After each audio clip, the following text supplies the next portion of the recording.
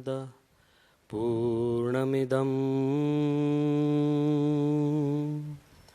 पूर्णात् पूर्णमुदच्यते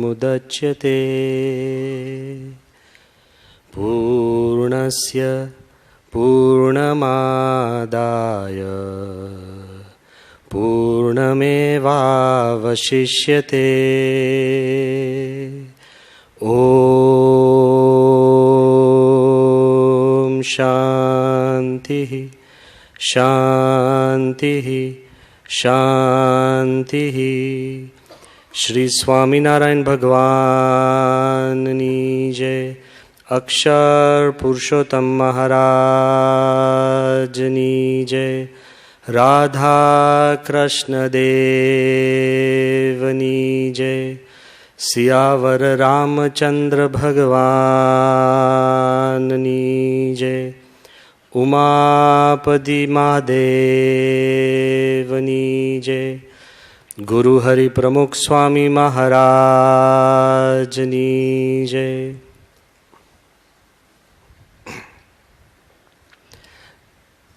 In the divine presence of Bhagavan Swaminarayan, in the equally divine presence of my Guru Hari, Param Pujya Pramukh Swami Maharaj, in the revered and respected presence of Krishnakant Bhai Jha, the organizers of this event of Gandhinagar Cultural Forum, and so many guests sitting in the audience whom I deeply respect. Some IAS officers outside whose office I have waited for hours, and some who have constantly guided and nourished and nurtured us. Truly I feel honored. આજે આ વિસ્તારને વિભાગની અંદર આવવાથી મને પોતાને પણ એક આનંદ થાય છે. ધ રીઝન ઇઝ સિમ્પલ, કેવું જરાય અજુગતું લાગતું જ નથી. આ એક બહુ મોટું કુટુંબ હોય એવી ભાવના આજે મને જણાય છે. અને એટલા જ માટે આજનો જે મારો વિષય છે, think different and be different. ભાષાંતર ઝા સાહેબે કહ્યું છે, મારું ગુજરાતી ઘણું નબળું છે, એટલે ભાગ્યેશભાઈ તમે સુધારીને બધાના મનમાં મોકલજો. પણ ultimately language is no issue. મને એક 90 વર્ષના ન્યુરોસર્જન ડૉક્ટર મળ્યા હતા, બિહારી પોતે, અને વાતચીત કરતા હતા. અને એને મને એકદમ પ્રેમથી આમંત્રણ આપ્યું કે સ્વામી તમે બિહારમાં આવો. અને મને ધ્રાસકો પડ્યો, એટલે મેં કહ્યું કે પણ હું બિહારમાં આવીને કરીશ શું? એ 90 વર્ષના ન્યુરોસર્જને જે મને વાત કરી એ કે મારા દાદા,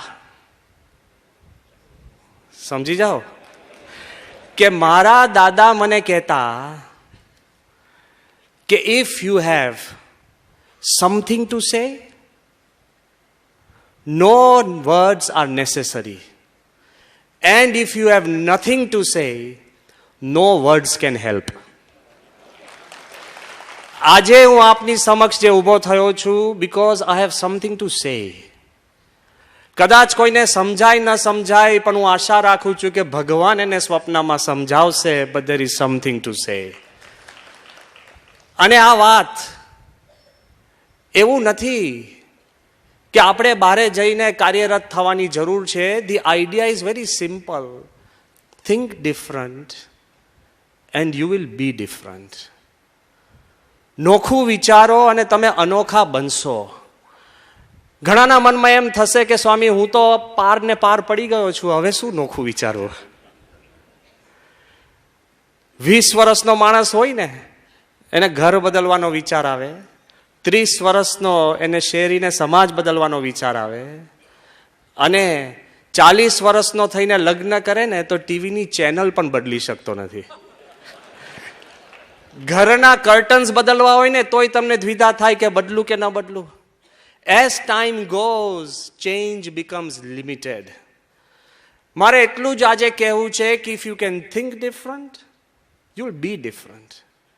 વર્ષો પહેલા જ્યારે અમે સ્કૂલમાં અભ્યાસ કરતા હતા, વી વર સ્ટડીંગ જ્યુડેઇઝમ, યહૂદી ધર્મ. એ લોકોનો મુખ્ય ગ્રંથ છે ટાલ્મુડ. એની અંદર એક સંવાદ આવે છે which is very deep in my heart. સંવાદમાં પ્રશ્ન પૂછે છે કે what is the strongest thing in the world? આ વિશ્વમાં સૌથી મજબૂતમાં મજબૂત વસ્તુ કઈ? જવાબ આપે છે કે સ્ટીલ, લોખંડ મજબૂત છે. પછી શંકા કરે છે કે ફાયર કેન મેલ્ટ ઇટ, આગ લોખંડને પીગાડી શકે છે. તો કે okay, fire is the strongest.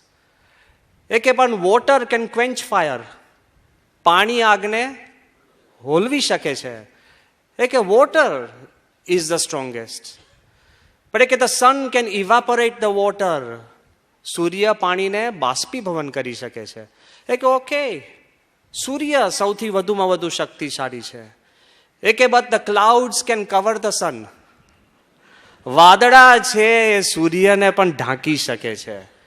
પેલે કે ઓકે, વાદળા સૌથી વધુમાં વધુ શક્તિશાળી છે. But when the wind blows, the clouds fritter away like powder. વાયુ વ્યાય ત્યારે વાદળા વેર વિખેર થાય. એ કે okay, wind is the strongest thing in the world. એ કે man can keep out the wind by closing his window. માણસ પવનને રોકી શકે છે ખાલી બારી બંધ કરે એમાં. તે કે okay, man is the strongest thing in the world. એ કે but have you seen a man who is fearful? ગમે તેવો ભડવીર માણસ હોય ને, એને ખાલી કોઈક મેસેજ કરે ને કે આજુબાજુ ઇન્કમ ટેક્સ વાળા ઘર અગાડી ફરે છે, ભાઈ અમેરિકાનો પ્રેસિડેન્ટ હોય ને ઓબામા સાહેબ નીકળ્યા હોય ને ચારે બાજુ સુરક્ષા હોય, અને એની મને ખબર છે બિલ ક્લિન્ટન સાહેબ અક્ષરધામ આવ્યા હતા, અને જે રક્ષા હોય ને જે તંત્ર ચાલતું હોય અને રક્ષિત હોય, પણ ગાડીમાં ઝોલે ચડે ને સ્વપ્નમાં સાપ દેખાય તો બીક લાગે કે નહીં? ભાઈ, fear is the strongest thing in the world. પણ એ કહે છે કે when man goes to sleep, માણસ ઊંઘી જાય ત્યારે પડવાર એના ભય ભૂલી જાય છે. સો સ્લીપ ઇઝ ધ સ્ટ્રોંગેસ્ટ. અને અમને કથાકારોનો તો અનુભવ જ છે, જો ઊંઘ ચડે તો રોકી નથી શકાતી. તે કે સ્લીપ ઇઝ ધ સ્ટ્રોંગેસ્ટ. પણ પછી કે છે કે even from sleep a man wakes up after 8 hours, but from death he does not wake up. કે મૃત્યુ સૌથી વધુમાં વધુ શક્તિશાળી છે. પ્રશ્ન શરૂ થાય છે જીવનથી અને જવાબ આવે છે મૃત્યુ. પછી જે લેખક લખે છે કે ઇવન આફ્ટર ડેથ, મૃત્યુ પછી a man continues to live by the good deeds he has done. સત્કર્મથી માણસ સતત જીવંત રહે છે. ગાંધીજીને અવસાન થયાના વર્ષો થઈ ગયા પણ સત્કર્મથી જીવંત છે. એમ સત્કર્મ જેવું દુનિયામાં કોઈ વધુ શક્તિશાળી વસ્તુ નથી. The strongest thing in the world is a good did. આ પ્રસંગ જ્યારે મેં પ્રમુખ સ્વામી મહારાજને કહ્યો ને, ત્યારે સ્વામી બાપાએ મને નજીક બોલાવીને મને કીધું થોડોક ફેરફાર કર. મને કે મેં કીધું શું? એ કે સત્કર્મ પહેલા પણ સદવિચાર, વિચાર જેવો મજબૂત આ દુનિયામાં કોઈ વસ્તુ નથી. Your thought. અને થોટ્સનો પાવર શું છે ખબર છે? It can make a difference. 3 મિત્રો હોશિયાર, 3 મેનેજમેન્ટના કોર્સમાં જાય છે. આ વાત કાલ્પનિક છે પણ એનો સંદેશો છે ને વાસ્તવિક છે. Go for the meaning. 3 MBA નો કોર્સ કરે છે. એક IIM અમદાવાદ, એક IIM હાર્વર્ડ અને એક management London school of economics LSE. 3 England, America and India. ત્રણ ગ્રેજ્યુએટ થઈને ભગવાનનું કરવું એવું, ત્રણ ગ્રેજ્યુએટ થઈને ત્રણે એક સરખો વિચાર આવે છે. જીગરી દોસ્ત હતા, પાદરી બને છે. એટલે અમારી પ્રોફેશન છેલ્લી નથી. દેર આર, એવું ના માનતા. તો ત્રણ પાદરી બને છે ઇન ધ રિસ્પેક્ટિવ કન્ટ્રીઝ. અને ત્રણ એક નાનો ચર્ચ ઊભો કરીને એ પોતે ગુજરાન ચલાવે છે.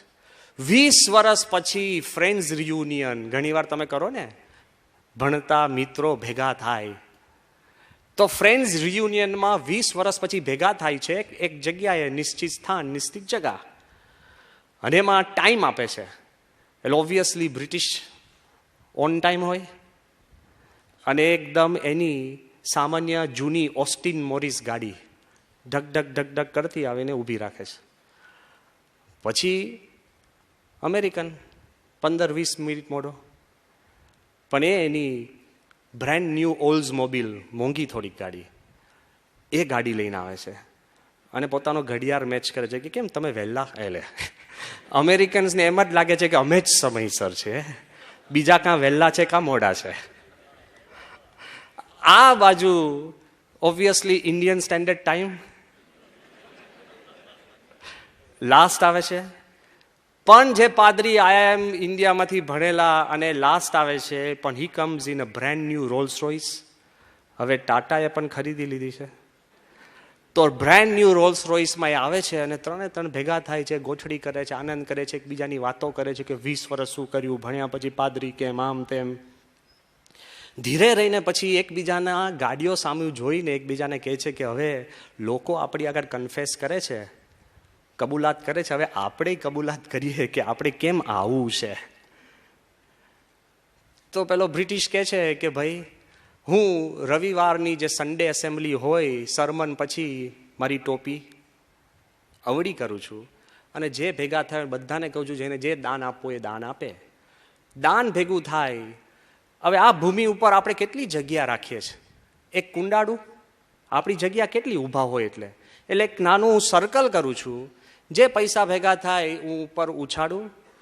ભગવાનને હું પ્રાર્થના કરું કે જે સર્કલમાં પૈસા પડે એટલા મારા, સર્કલની બહારે પડે હું દાન ધર્માદો કરીને સેવા કરું છું.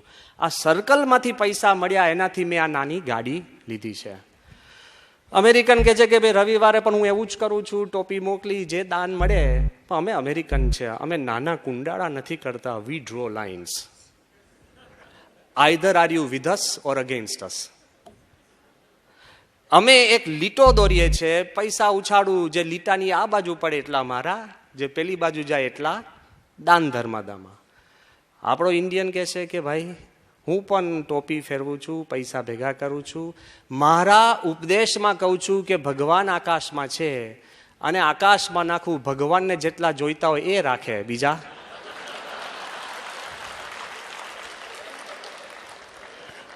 Now I want to tell you, વાર્તા કાલ્પનિક છે પણ એનો સંદેશો વાસ્તવિક છે. ત્રણેય સરખી ઉંમરના, ત્રણેય સરખી બુદ્ધિ, ત્રણેયનું ભણતર સરખું, ત્રણેયનો પ્રોફેશન પાદરી સરખું, ત્રણેયની ટેકનિકલ મિલકત ચર્ચ સરખો, પણ ખાલી વિચાર ભેદમાં આબ જનીમનો ફેર છે. આ વાત નૈતિક કે અનૈતિક ભૂલી જાઓ, આ વાત સાચી કે ખોટી, આ વાત પેલા પાદરીએ સાચું કર્યું કે ખોટું એ બાજુ પર મૂકો. એક કુંડાળું દોરે છે વિચારથી, એક લીટીઓ દોરે છે વિચારથી, અને એક વિચારને આકાશમાં રમતો મૂકે છે વિચારથી. એમાં તમારું ને મારું જીવન બદલાય છે. You may be the same. The moment you change your mind and your thoughts, things begin to change. જેમ સવડી દુનિયા થાય છે એમ વિચારના જ ભેદે અવળી પણ થાય છે. આ પ્રસંગ પણ હું તમને કહું છું, પણ હું એક વૈવર મૂકી દઉં છું, મારાથી અલિપ્ત રાખજો. પણ બૌદ્ધિક રીતે સમજાવવા માટે હું તમને કહું છું. 1962 સાલનો આ પ્રસંગ છે. ટોની પાર્કર કરીને બહુ જ સારો રિપોર્ટર, જર્નલિસ્ટ, એ ઇંગ્લેન્ડના બેલમાર્શ પ્રિઝન, બહુ જ રોયલ, ઇંગ્લેન્ડમાં તો છે ને પ્રિઝન પણ રોયલ પ્રિઝન કહેવાય. હવે રાજવી જેલ, તો રોયલ બેલમાર્શ પ્રિઝનની અંદર ખૂંખાર એક ગુનેગાર જેનું નામ રોબર્ટ એલર્ટન, એનો ઇન્ટરવ્યૂ લેવા જાય છે. જેમ ઝા સાહેબે કીધું ને કે ચકલી સુધી રિપોર્ટરો પહોંચી જાય, તો આ જેલમાં આ ખૂંખાર ગુનેગારનો ઇન્ટરવ્યૂ લેવા આ ટોની પાર્કર જાય છે. અને બહુ જ ઇન્ટરેસ્ટિંગ વાત છે, શાંતિથી તર્કબદ્ધ સાંભળજો. પેલો ગુનેગાર બેઠો છે, એની પાસે જઈને પેલો એને પૂછે છે કે how should I describe you? Is it okay if I describe you as a criminal? હું તમને ગુનેગાર તરીકે ચિતરું તો ચાલશે? પેલો કે નો, રાઈટ પ્રોફેશનલ ક્રિમિનલ. પેલો હેપતાઈ ગયો કે આ તો એકદમ ખૂંખાર નીકળ્યો. એ કે પ્રોફેશનલ ક્રિમિનલ અને ક્રિમિનલમાં ભેદ શું છે? એ કે કોઈ ક્રિમિનલ હોય એને ઘણીવાર રંચ રહેતો હોય ને દુઃખ થતું હોય કે એકવાર મેં ગુનો કર્યો તો ખોટું થયું, પણ જેમ ડૉક્ટર હોય આખી જિંદગી ડૉક્ટર જ રહેવાનો, નર્સ હોય આખી જિંદગી નર્સ જ રહે, એન્જિનિયર આખી જિંદગી એન્જિનિયર જ રહે, એમ મેં નક્કી કર્યું છે કે આખી જિંદગી હું ક્રિમિનલ રહેવાનો છું, એટલે રખજે કે પ્રોફેશન ઇઝ માય ક્રિમિનલ. પેલા કે ઓકે ફાઇન, હું લખીશ પ્રોફેશનલ ક્રિમિનલ. એ કે તમને એવું લાગે છે, do you think it is right to steal money dishonestly? ખોટી રીતે કોઈની પાસે પૈસા ચોરી લેવા એ યોગ્ય છે? પેલો કે એમાં શું ખોટું છે? કે હું તો એને પહેલા કહું છું કે તારા પૈસા આપ, કહીને લઉં છું ને. એ કે હું જૂઠું ક્યાં બોલું છું? હું તો કહું છું જ મારો ઈરાદો કે તારા પૈસા મારે જોઈએ છે. એ કે ડિસઓનેસ્ટ અને જૂઠું તો આ બધા ધંધાદારીને વેપારીઓ કરે છે. સસ્તામાં લે અને બહુ ભાર પડ્યો એમ કે મોંઘામાં વેચે, એ તો જૂઠું બોલીને પૈસા લે છે. હું તો સાચું બોલીને લઉં છું. અને હું ક્યારેય એટલું જ કહું છું કે રસ્તામાં કોઈ મને મળે અને એને શું કહું કે ભાઈ તારા ખિસ્સામાં જેટલા પૈસા એટલે તું આપ. હું એને ફરી ઘરે નથી મોકલતો નવા પૈસા લેવા. વેપારીઓ તો ઘરે મોકલે છે હપ્તા આપીને. They are cheating and they are dishonest. હું તો જે છે એ લઉં છું એના ખિસ્સાની કેપેસિટી પ્રમાણે. હું ક્યાં એને બળજબરી કરું છું? પેલો કે છે કે પણ કદાચ તમને કોઈ આગા પાછા થાય તો તમે એને મારો ખરા, મારી નાખો ખરા? Will you kill and bit? પેલો કે ઓફકોર્સ, કે આઈ ગીવ ધેમ અ ચોઇસ. હું એને પસંદગી આપું છું કે તું મને નહીં આપું તો તને મારીશ. એ જો માર ખાવાનું પસંદ કરે તો હું મદદ કરું.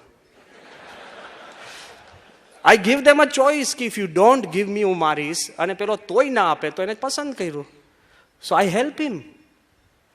પેલો કે ભાઈ પણ તું કદાચ મારી નાખે પૈસા માટે, is it right to kill for money? તો કે વોટ્સ રોંગ? કે આપણા સૈનિકો શું કરે છે? પેલો કહે છે કે ભાઈ સૈનિકો તો દેશ માટે લડે છે. એ કે પગાર બંધ કરી દો પછી મને કહો કેટલા લડે છે. એ કે હું તો આની જોડે વાર્તાલાપ કરું છું, હું એને જાણું છું. સૈનિકો, જો આ સાંભળજો, કે એ કોને મારે છે?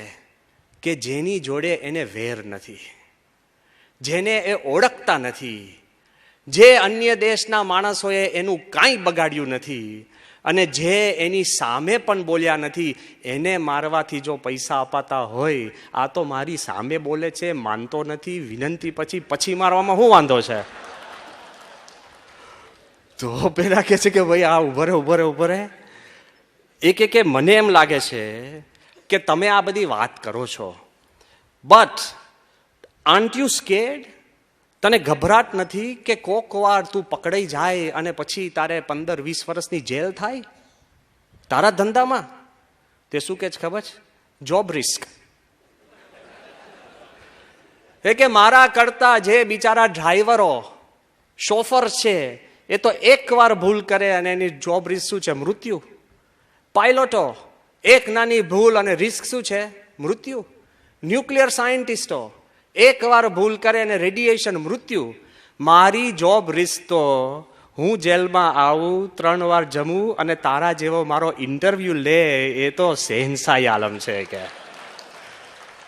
હવે હું આગલી વાત નથી કરતો, નીકળ તમને લાગશે કે હું એને જસ્ટિફાઈ કરું છું, પણ મારે એટલું જ કહેવું છે, કેવળ વિચારના બળે એને ગુનો પણ સત્ય ઠરાવી દીધો ને. Look at the power of thought. વિચાર કેટલો શક્તિશાળી છે કે જો તમે વિચારનો સદુપયોગ કરો તો યુ કેન બીકમ ઇટર્નલ, અને વિચારનો દુરુપયોગ કરો તો તમારી અવળી રીત પણ તમે સત્ય ઠેરવી શકો છો અને ભ્રમણામાં જીવી શકો છો. It is the most powerful. કદાચ તમે અહીંયા બધા બેઠા છો ને એવું લાગતું હશે કે સ્વામી આ તો બધું બરાબર, વાતમાં હકીકતમાં મને એવું ન થાય. Let us experiment. અત્યારે આ જ સ્ટેજ ઉપરથી હું નીચે ઉતરું અને એસઆઈ તમારા નજીક આવી અને તમારા હાથમાં એક કોહિનૂર હીરો મૂકું. Okay, really Kohinoor hero.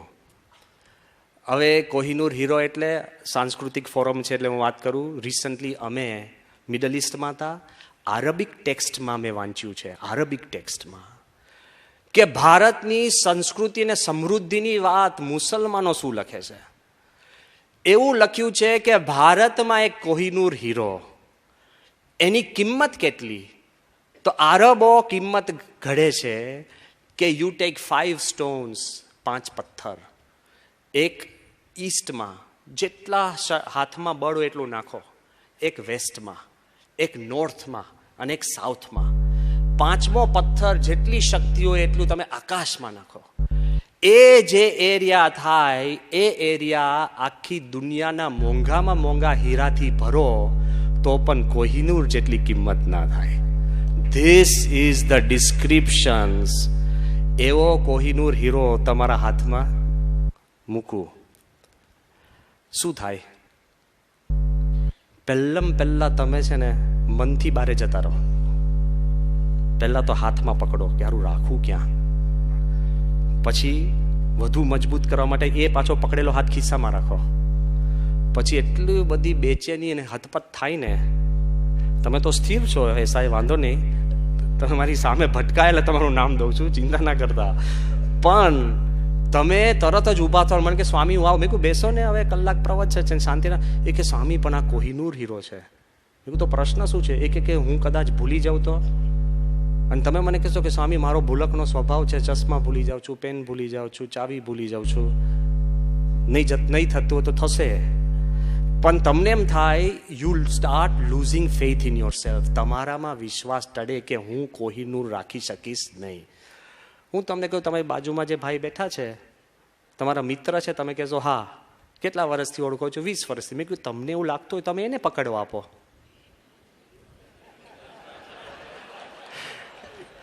You lose faith in your friends. Kohinoor તમારા હાથમાં આવ્યો તો તમારા ખુદમાંથી વિશ્વાસ ટળે છે, તમારા મિત્રમાંથી ટળે. મેં કહ્યું જો એવું ના હોય તો તમે તમારા ધર્મપત્ની આ સભામાં બેઠા હોય તો તમે જઈને એને આપી આવો. તમે કહેશો એ તો મારા કરતાં વધારે ભૂલકની છે, મારું નામ ભૂલી જાય છે. You loose faith in your family. પછી હું તમને વિનંતી કરું કે તમે એક કામ કરો, ઘરે જઈ અને મૂકીને પાછા આવો. તમે શું કહેશો? સ્વામી મારો બંગલો નવો છે પણ સેફ નથી. જે બંગલામાં તમે સેફ હો, વર્ષોથી સુવો છો, તમારા ઘરેણા હોય, લગ્નના દાગીના હોય, ડોક્યુમેન્ટ્સ હોય, પણ કોહિનૂર માટે સેફ નથી. પછી મેં કહ્યું એમ ના હોય તો બેંકમાં મૂકી આવો,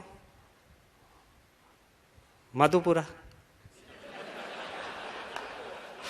તમે કહેશો કે સ્વામી કોહિનૂર મૂકીશ એટલે બેસી જશે બેંક. બેંકને તો લેર પડી જાય. આઈ એમ આસ્કિંગ યુ કે એક ખાલી કોહિનૂર હીરો તમારા મનમાં ઊભું થયું તો તમારામાંથી વિશ્વાસ ટળે છે, કુટુંબમાંથી, મિત્રમાંથી, સોશિયલ ઇન્સ્ટિટ્યુશનમાંથી, ઘરમાંથી પણ વિશ્વાસ ડગે છે. પણ પછી સામે હું એટલું જ કહું કે ચિંતા ના કરતા કે આ તો છે ને નકલી છે, તો તમે 5 સેકન્ડમાં બધાને જોવા મોકલશો. વાય? પણ ક્લાઇમેક્સ જો અસલી હોય અને હું તમને કહું કે એક કામ કરો, તમે મૂંઝાવ છો, મેં જ તમને આપ્યો છે ને, અડધો કલાક માટે પાછો મને કે સાંઈ તમારું મન બદલાય તો મારું તો બદલાયા કરે છે. ભગવાને આપેલી ભેટ પણ આપણે પાછી નથી આપી શકતા. All I M trying to tell you, thought મેં શું કર્યું? આપ્યો. વિચાર જ તમને આખી દુનિયાનો છેદ ઉડાડે છે. વિચારથી સર્જન થાય છે અને વિચારથી વિસર્જન થાય છે. જો તમને મનમાં ક્લેરિટી હોય, the greatest gift God has given us is the ability to think. પણ કમનસીબી એ છે, ખબર છે, આપણે જન્મ્યા ત્યારથી જેમ શ્વાસ લઈએ છીએ એમ જન્મ્યા ત્યારથી વિચાર કરીએ જ છીએ.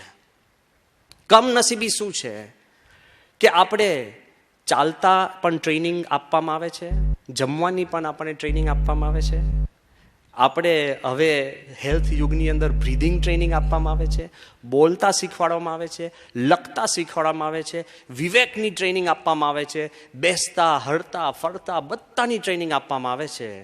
The most important part in your life વિચારની ક્યારેય ટ્રેનિંગ આપવામાં આવતી નથી અને આપણે લેતાય નથી. વી think garbage in garbage out. જે વિચાર આવ્યા એ ઠીક છે, ના આવ્યા તો ભગવાનની ઈચ્છા. એવું છે. આજનો જો સ્ટ્રોંગેસ્ટ વિચાર છે તો I believe you can train how to train your thoughts. અને જો આપણે કરી શકશું તો આપણે જ્યાં હોય, જીવનની જે દશા જે સ્થિતિમાં હોય એમાંથી પણ you'll be able to achieve. એ કઈ રીતે વાત કરું છું કે વિચાર આપણે કેમ સ્પર્શતા નથી? કારણ કે ઇન્વિઝિબલ છે, અદૃષ્ટ છે. વિચાર કોઈને આવતા દેખાયો કે આવ્યો, એના પગલા સંભળાયા, જતા દેખાય છે. ભલે આપણે મૂછો મરડીએ કે આ મારો વિચાર છે, ઘણીવાર ડિસઅપિયર થઈ જાય. તમારો હોય તો પાછો લાવો ને. અને ઘણીવાર એટલા બધા ખરાબ વિચાર આવતા હોય, જો તમારા જ હોય તો એને રોકો ને. રોકી શકાય છે? નથી રોકી શકતા. જો તમારા જ હોય ને તમે જ ટ્રેન કર્યા હોય ને તમે જ માસ્ટર હોય તો why can't we stop, why can't we bring, why can't we train, why can't we change? એ નથી કરી શકતા બિકોઝ વિચારનું આખી ભૂમિકા ને પરિબળ જુદું છે. વિજ્ઞાનની અંદર અત્યારે એવું કહેવાય છે, જેમ ગ્રોઈંગ ન્યુરો સાયન્સ ઊભું થયું ને, વિજ્ઞાન શું કહે છે ખબર છે?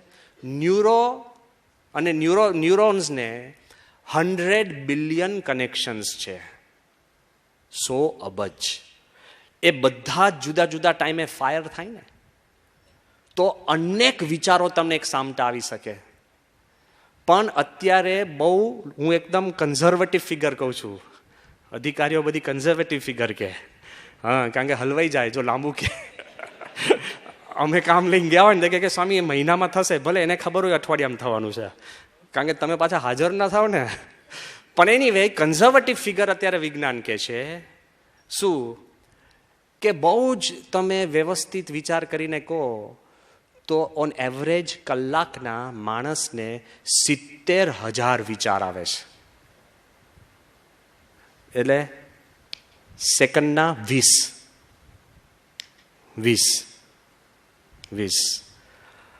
પણ એ તો વિજ્ઞાન કે છે. બુદ્ધ ભગવાન જે પોતાના મનમાં વિચારમાં જ ઊંડા ઉતર્યા હતા, એ શું કે છે કે there are 7 mind moments in one કૃતિ. એક કૃતિ એટલે સેકન્ડનો 34,000મો ભાગ. એમાં 7 વિચાર પેદા થાય છે. એટલે એક સેકન્ડમાં 2,38,000 વિચાર. અને એને જો તમે કેલ્ક્યુલેશન કલાકનું મૂકો ને તો એક કલાકમાં અપ્રોક્સિમેટ 1 અબજ વિચાર. હવે તમે મને કહેશો કે સ્વામી ઘણીવાર તો કલાકો સુધી કાંઈ હૂજતું જ નથી, અને હૂજ્યા પછી પણ એવું લાવડો પાપડ શેકીને ખાઈ લઉં કે ટામેટા કાપીને. આપણે એટલા ડિસેન્ટિસાઇઝ થઈ ગયા છે કે આપણે ઓબ્ઝર્વ કરી નથી શકતા. મારે પણ એટલું જ કહેવું છે કે મજબૂતાઈ શું છે? અનેક વિચાર ભલે આવે પણ 1-2 વિચાર પણ પકડીને તમે તમારા માલિકીના કરી શકો ને તો માણસ રાજા બની જાય છે. અને હકીકતની અંદર એ થોટ કેવો છે? એક પણ વિચાર. તો અત્યારે જેમ મેં સાયન્સની વાત કરી, મેડિકલ સાયન્સ, એમ ઝૂઓલોજી શું કે છે? ઝૂઓલોજી. એન્થ્રોપોલોજી શું કે છે?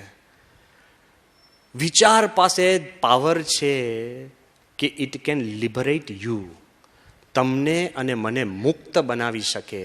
તમે ગમે તેટલા રોગથી પીડાતા હો, ડિપ્રેશનથી પીડાતા હો, પ્રશ્નથી, લઘુતા ગ્રંથિથી, કોઈ પણ વસ્તુ, વિચારથી તમે મુક્ત થાવ છો ને તો આખું આજુબાજુ એની રીતભાત બદલાય છે.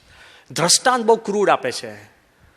બહુ જ મોટો ઝુઓલોજિસ્ટ જર્મન, જેનું નામ કાર્લસ્ટન નોટ, આખી જિંદગી એને વાંદરાઓનો અભ્યાસ કરેલો અને એ પોતે અદ્ભુત રિસર્ચ રજૂ કરે છે. મન દઈને સાંભળવા જેવું છે. એ લખે છે કે વિચાર, ધી એબિલિટી ઓફ થિંકિંગનો પાવર શું છે. એ કે 3 પ્રકારના વાંદરા ફેમસ છે. એક ગોરિલા, બીજું ચિમ્પાન્ઝી અને ત્રીજું વાંદરું છે બોનોબો, જે કોંગોના જંગલમાં મળે છે, ધ બોનોબો મંકીઝ. એ કે ભેદ શું છે કે એક પાંજરું હોય, એને પાંજરાની અંદર ગોરિલા હોય, if you throw in a screw driver, તમે સ્ક્રૂ ડ્રાઈવર નાખો ને, ગોરિલાને વાગે ને કાં એના પર બેસે ને તોય ગોરિલાને ખબર નથી પડતી કે આ સ્ક્રૂ ડ્રાઈવર છે. એટલી જાડી ચામડી, મેન્ટલી પણ. ચિમ્પાન્ઝી એ કે if you throw in a screw driver into a chimpanzee with a cage, તો કલાકોની અંદર ચિમ્પાન્ઝી એ સ્ક્રૂ ડ્રાઈવર પકડતા શીખી જશે. પછી એ સ્ક્રૂ ડ્રાઈવરથી નાના કીડી મકોડા જતા હોય તો એને સ્ટેબ કરશે આમાં. એટલે સ્ક્રૂ ડ્રાઈવરનો યુઝ નથી કરી શકતો પણ અબ્યુઝ કરે છે. એ કે ત્રીજા પ્રકારના મંકીઝ છે, હું ઇન્ટુ ઇંગ્લિશ કહું છું અને પછી ભાષાંતર કરું. એ કે ધ થર્ડ મંકી, ધ બોનોબોઝ, એનું અબિલિટી ટુ થિંક કેટલું વિકસ્યું છે. એ કે if there is a cage and there is a bonobo monkey, if you throw in a screwdriver, within half an hour it will have learned how to hold it, it would have figured out how to use it, it would have found the screws of the cage, અને અડધો કલાકમાં એ screw ખોલીને પાંજરાની બહારે ઊભો હોય એ બોનોબો monkey છે. અહીંયા એ સભામાં 3 પ્રકારના માણસો હશે. સમ ખબર જ નહીં પડે શું આવી ગયું, સમ ઘરે જઈને બીજાને જ્ઞાન આપશે, પણ ફોર્ચ્યુનેટલી એવા પણ હશે જે વાપરીને પોતે મુક્ત થશે. એની મજા છે. Ultimately the power is the ability to think. અને થિંક એટલે શું? તો જોજો, માણસને આ પશુ રેખામાંથી કોઈએ મુક્ત કર્યો હોય ને, what sets man apart from the animal kingdom? Thinking, ability to think. 5000 વર્ષ પહેલા જે લાયન્સ કહેતા કે સિંહ, એ ક્યાં રહેતા? ગુફામાં. અત્યારે સિંહ જંગલમાં ક્યાં રહે? ગુફામાં. કોઈ જગ્યાએ 5000 વર્ષ પછી સિંહે કંઈ ગુફાનું ઇન્ટિરિયર બદલ્યું કે હવે મારો વિકાસ થાય છે તો પાયા ઊંડા નાખું, બગીચો કરું કે 2-3 ઓરડીઓ વધારું? કાંઈ નહીં. લાયન્સ ભલે રાજા કહેવાય, નો થિંકિંગ. 5000 વર્ષ પહેલા ગાય અને બળદ શું ખાતા? ઘાસ. અત્યારે ઘાસ. આ બાજુ માણસો જુઓ, કયા ઘરમાંથી, ગુફામાંથી ઘરમાં, સિટીમાં, સ્કાય સ્ક્રેપરમાં, અંડરસી ઘર, ક્યાં ને ક્યાં વિકાસ થઈ ગયો. ખાવામાં ઓસ્ટ્રેલિયાનો બળદ હોય શું ખાય? ચાઇનાનો, ઇંગ્લેન્ડનો ઘાસ જ ખાય. અને આપણે માણસે 5000 વર્ષમાં જમવાની વાનગીઓ જુઓ, ચાઇનીઝ ઢોકળા લે. હું તમને કહું છું, તમે હજુ તો તમે વધારે જાણતા છો, અમારી પાસે તો આવે એટલે ખબર પડે. હું તમને એમ કહું છું કે આપણે વિકાસ, એબિલિટી ટુ થિંક, જેટલી આપણી બુદ્ધિની શક્તિ છે એટલી વિવિધતા જોઈએ છે.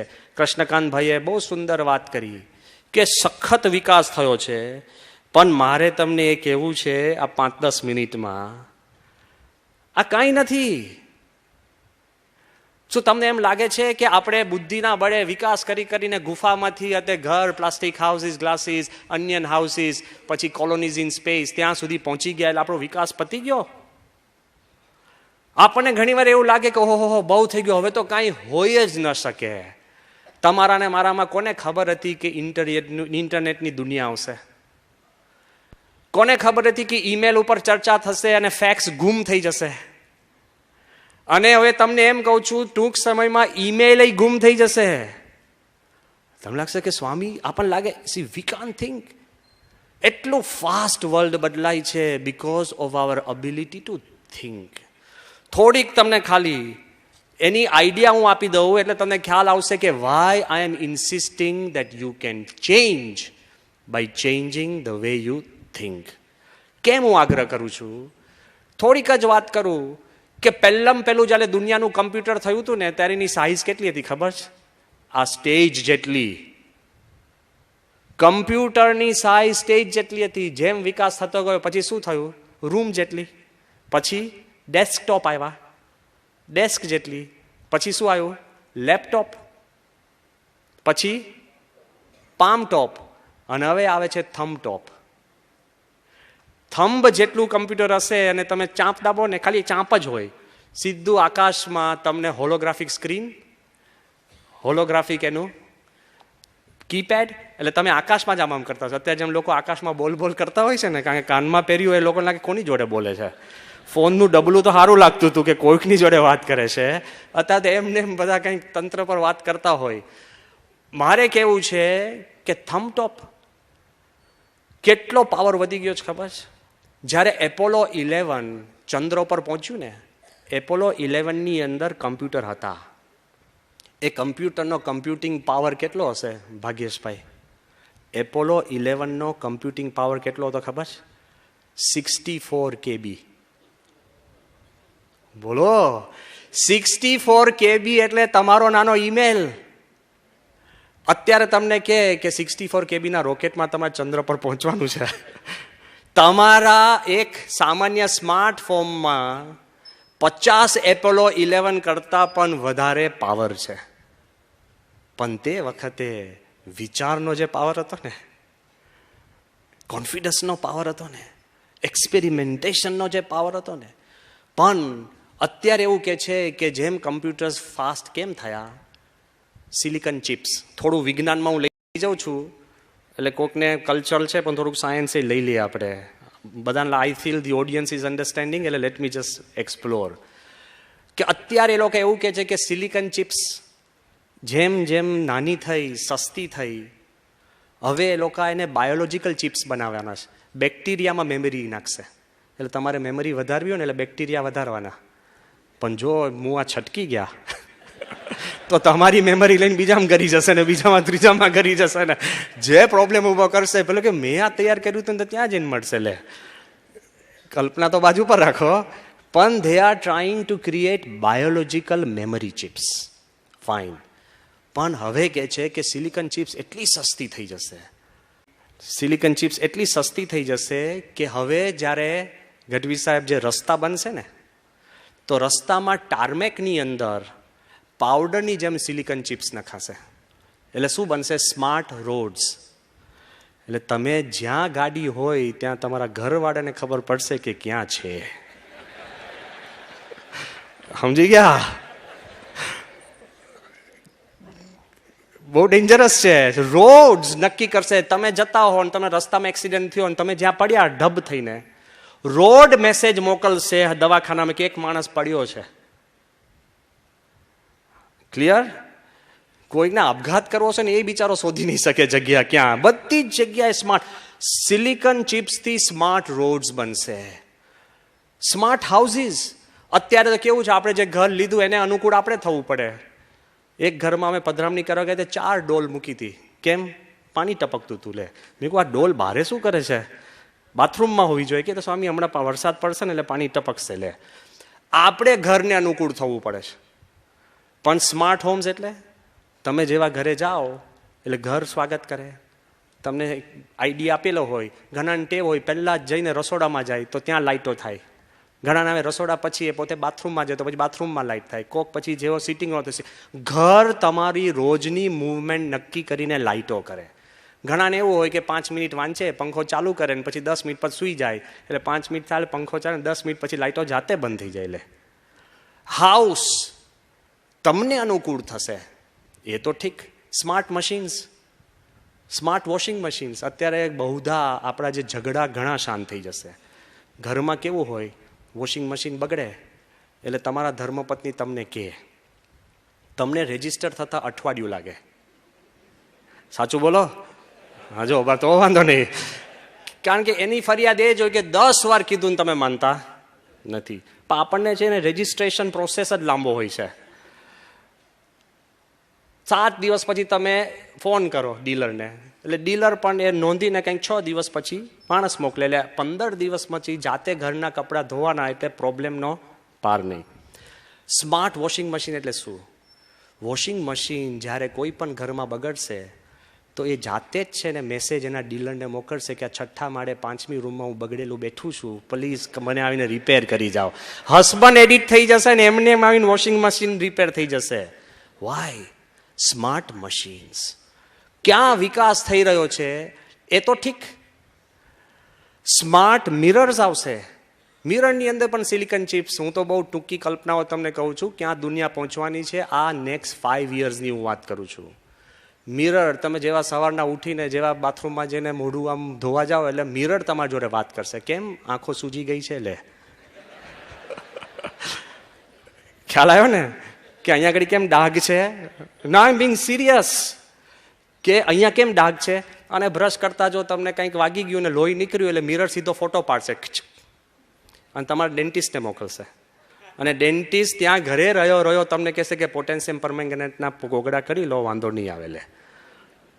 સ્માર્ટ મિરર્સ તો ઠીક છે, પણ એ મિરર્સને તમે રાતે જઈને પૂછો કે હું ઘરમાં એકલો છું તો મારા મોહલ્લામાં બીજા કોણ એકલા છે, તો મિરર્સ એનાય નામ આપશે લે.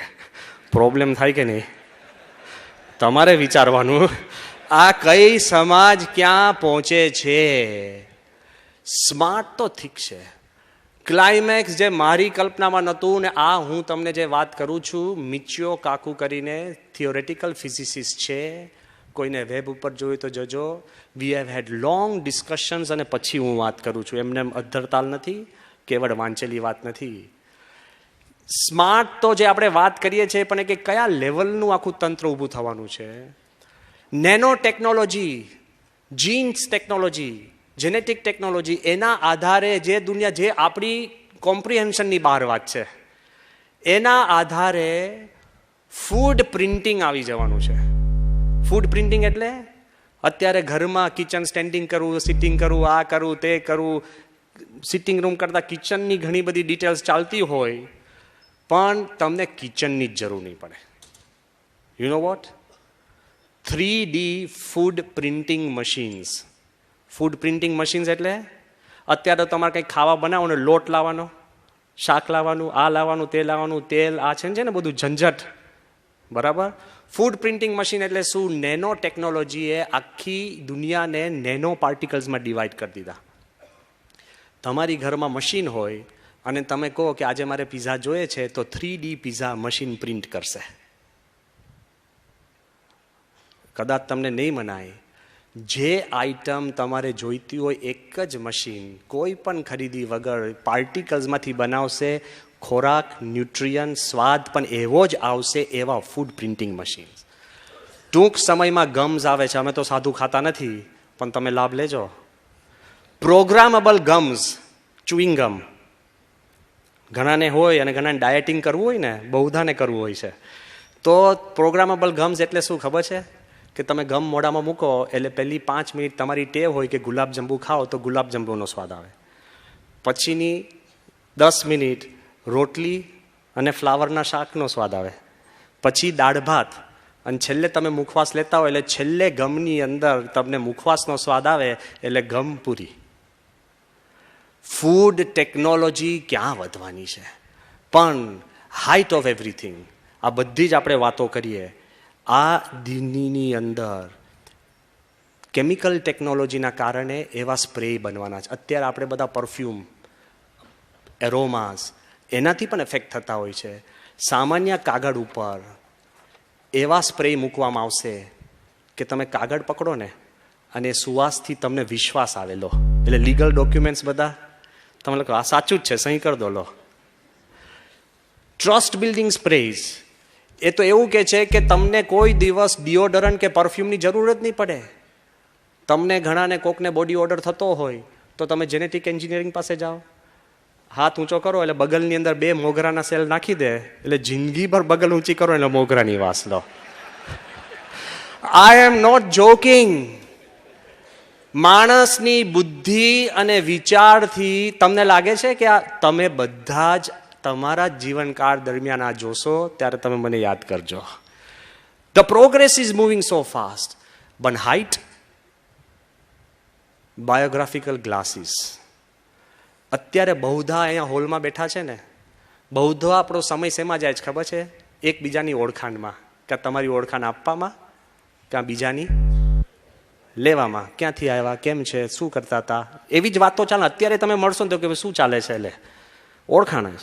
બાયોગ્રાફિકલ ગ્લાસીસ એટલે શું? તમે જેવા ચશ્મા પહેરો ને અને જેની સામે તમે જુઓ ને એની આખી બાયોડેટા મળે, કે ડીજી ઝાલાવાડિયા નિવૃત્ત હમણાં જ અમદાવાદમાં આવ્યા, અને તમે રસ્તામાં આવતા આવતા કોઈક જગ્યાએ ચા પીધી હોય એ પણ આવી જાય. જેની સામે તમે જો ને એની ફૂલ બાયોડેટા આવી જાય. એટલે ઓળખાણ પીછાણમાં તો ટાઈમ જ નહીં. એટલે બસ સ્ટેન્ડ ઉપર તમે જાઓ પછી કરવું શું કે જેની સામે જો તો ઓળખાણ મળી જાય ને તમને એ ખબર પડી જાય કે આ કલાકથી ઊભો છે. ઘણી વાર કલાકથી ઊભા હોય પણ એમાં સામેવાળાને તમારી પણ ખબર. મારે એ કહેવું છે કે આવી દુનિયા બને એમાં તમે સુખી હશો? બોલો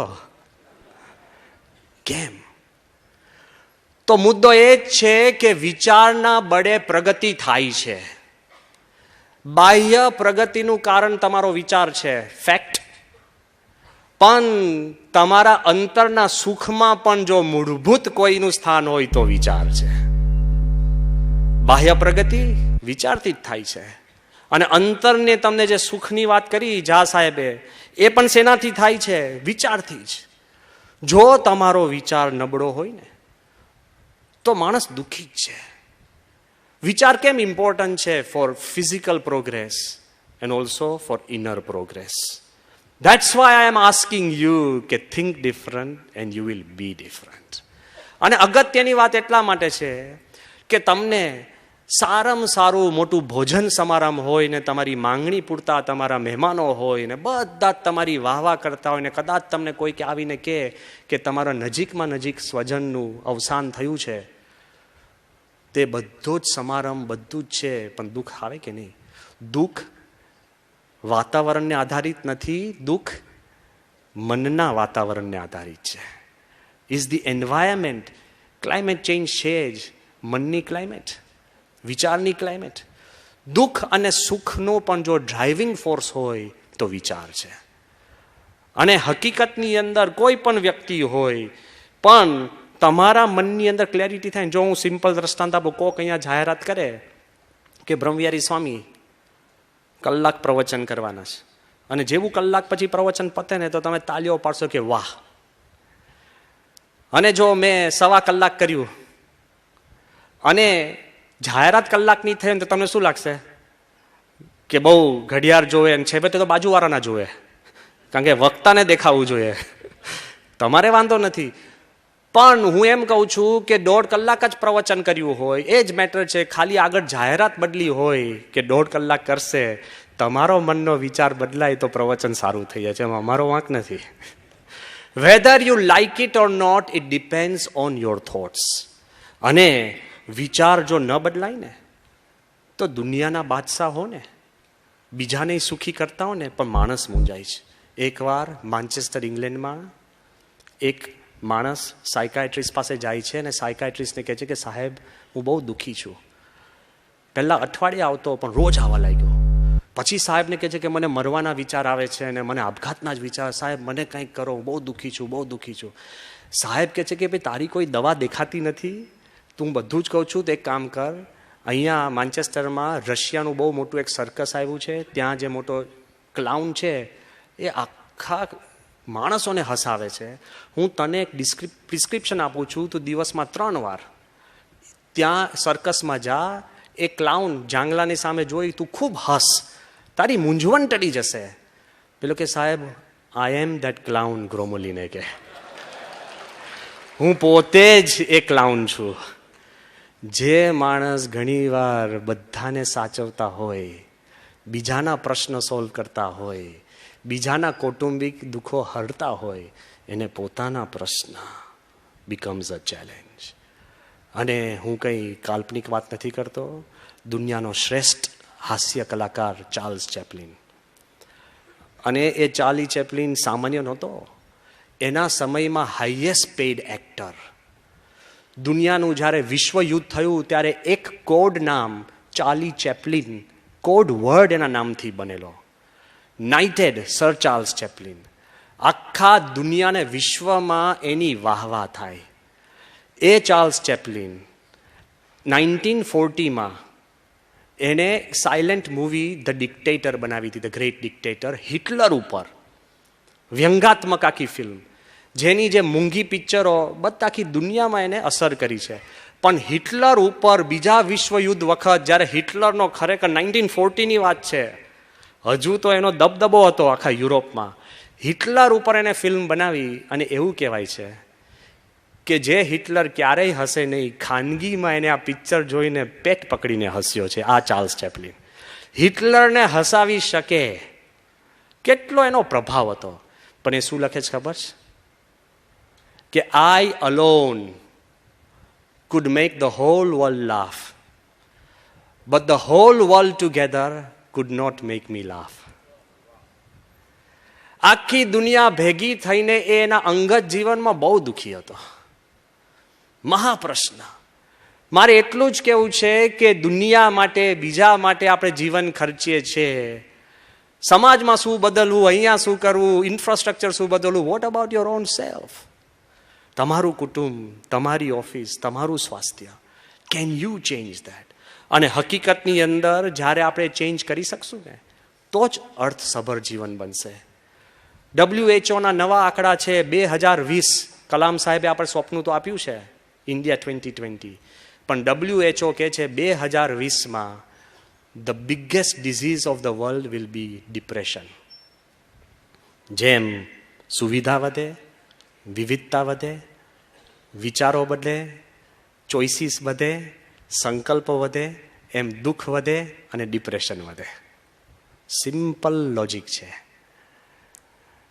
મારે એટલું જ કહેવું છે, if depression is going to B the biggest disease, તો હકીકતની અંદર વિચારથી જેમ પ્રગતિ થાય છે, વિચારથી જેમ સુખ મળે છે, વિચારથી પ્રકૃતિ બદલાય છે. કેમ? ગીતાની અંદર અર્જુનનું જો તમારે ડિસ્ક્રિપ્શન આપવું હોય ને, તો it would be a classic case of depression. ડિપ્રેશનમાં શું થાય? મન મૂંઝાય, વિચારો બદલાય, જે કરવા ગયા હોય એ ન કરો, આજીજી થાય, ખોટા તર્ક થાય, મોઢું સુકાય, ધ્રુજારી થાય. આ બધું જ ડિપ્રેશનના લક્ષણ છે. બીજા અધ્યાયની અંદર જ્યારે અર્જુન કૃષ્ણને કહે છે કે મને જોવા દો, કોની સામે મારે લડવાનું છે, અને જોયા પછી અર્જુન દલીલો શરૂ કરે છે કે મારા સ્વજનો, મારા ગુરુજનો. અરે ભાઈ, આટલા મહિનાઓથી તૈયારી કરતા હતા, ત્યારે ક્યાં ગયું?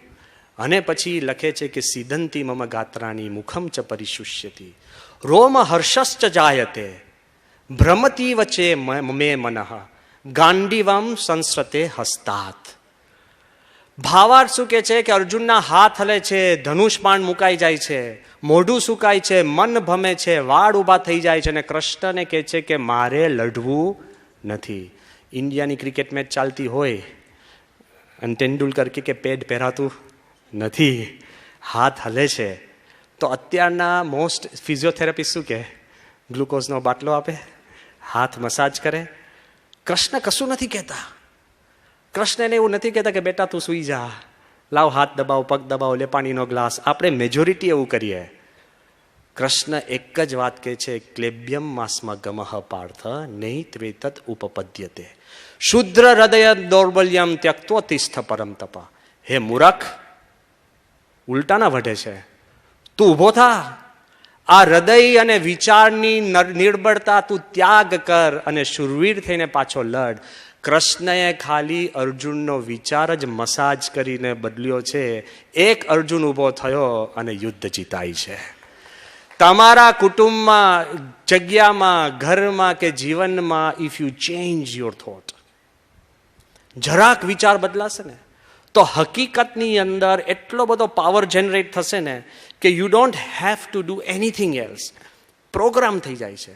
જો તમે વિચાર ટકાવી શકો ને તો હકીકતની અંદર તમે આગળ વધી શકો છો. પણ માણસને કેવો પ્રશ્ન છે, આપણે ચેન્જ નથી કરવું કારણ કે આપણે ટેવાઈ ગયા છે. આ એક દ્રષ્ટાંત છે, બહુ અગત્યનું છે. Everybody is comfortable in their on life. કોઈને આ દુનિયામાં ચેન્જની વાત કરશે ને પણ ચેન્જ આપણે રિઝિસ્ટ કરીએ છીએ. કેમ? એક માણસ, એની ઘડિયાળની દુકાન, અને ઘડિયાળની દુકાનમાં શું છે પ્રોબ્લેમ, જેટલા ઘડિયાળ વધારે ને એટલા ટાઈમ બદલાય. તમારા ઘરમાં 6 ઘડિયાળ હશે ને, હમણાં હું ચેક કરવા આવું ને, અમારા જ અક્ષરધામ દિલ્હીમાં એકવાર હું ઉપરથી નીચે ઉતર્યો 4:45 અને નીચે આવ્યો ત્યારે 4:30 હતા. લે, I went back in time. હું તમને ક્યાં ઉપદેશ આપું છું? જેટલા ઘડિયાળ, અંગ્રેજીમાં કહેવત છે, a man with 2 watches is never sure of the time. જેના 2 ઘડિયાળ હોય ને એને સમય આ કે આ. એટલે બિચારાની ઘડિયાળની દુકાન 50 ઘડિયાળો રોજ કલાક છે ને દરેક ઘડિયાળ આમ ઠીક કરે.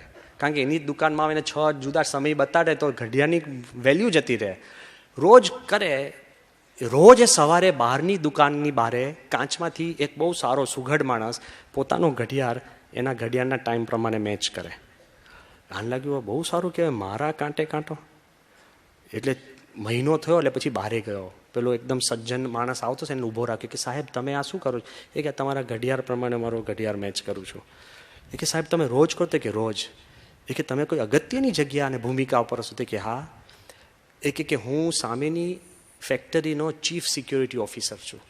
હું 5 મિનિટ પહેલી વિસલ વગાડું તો અમારે લોસ જાય, 5 મિનિટ મોડી વગાડું તો માણસોને લોસ જાય. I have to B on time. એટલે હું પરફેક્ટ તમારા કાંટે મારો કાંટો મેળવું છું. એ કે ઉભા રહો, હું 5 વાગ્યાની વિસલ પ્રમાણે તો મારું ઘડિયાળ મેળવું છું. સમજી ગયા? આ દુનિયામાં આપણે એકબીજા જોડે તાલ મેળવીએ છીએ ને આપણને લાગે છે કે we are in perfect time. Think different. તમારા બાપ દાદાએ જે કર્યું છે એ જ કરવાનું છે કે જુદું કરવાનું છે? બધા ઓફિસરો જે કરે એ જ કરવાનું છે? એમાં સેફટી છે પણ પ્રગતિ નથી. લોકો જે કરે છે એ જ કરવાનું છે કે change? Do what your heart tells you. અને એટલે જ આજે જે વાત મારે કરવી છે કે if you have the power you can change and be different. Gandhiji, Acharya કૃપલાનીજીએ ગાંધીજીને કહ્યું કે અહિંસક ચળવળ ક્યારેય સક્સેસફુલ નથી ગઈ. ગાંધીજી કીધું કોણ કહે છે? એ કે ઇતિહાસ કહે છે. માનવ માત્ર આવ્યો ત્યારથી જે કોઈ રેવોલ્યુશન થઈ છે એ વાયલન્ટ જ થઈ છે ને એ જ સક્સેસફુલ થઈ છે. અને આચાર્ય કૃપલાનીજી આખું ગાંધીજીને ઇતિહાસ બતાડે છે. ગાંધીજી એક જ વાક્ય કહે છે કે વેલ, હિસ્ટ્રી વિલ ચેન્જ. કરતા આવ્યા એ કરવાનું છે કે પ્રગતિ કરીને કંઈક જુદું જીવનમાં કરવાનું છે. અને જુદું, I want to tell you, start with your life. બીજાને ભૂલી જાઓ. આપણે નથી ચેન્જ કરી શકતા. જો તમે ચેન્જ કરો ને તો નેગેટિવિટીમાંથી બહાર નીકળી ગેટ ઇન ટુ પોઝિટિવિટી. આ દુનિયામાં જે દુઃખી હોય કે સુખી હોય, કોઈ જોબલેસ હોય કે હું એમ કહું છું, એવરીથિંગ ઇઝ એન ઓપોર્ચ્યુનિટી. તમારે આ તકલીફ છે but count it as a blessing. તમે ઘણું બધું કરી શક્યા છો because of you have this, otherwise you would have missed a lot of things. ભગવાનનું એમ માનું છું જે કાંઈ આપણને આપે, કાંઈ થાય, કોઈને જોબ જાય, કોઈને પદવી જાય, એ ભગવાનની જ કૃપા છે.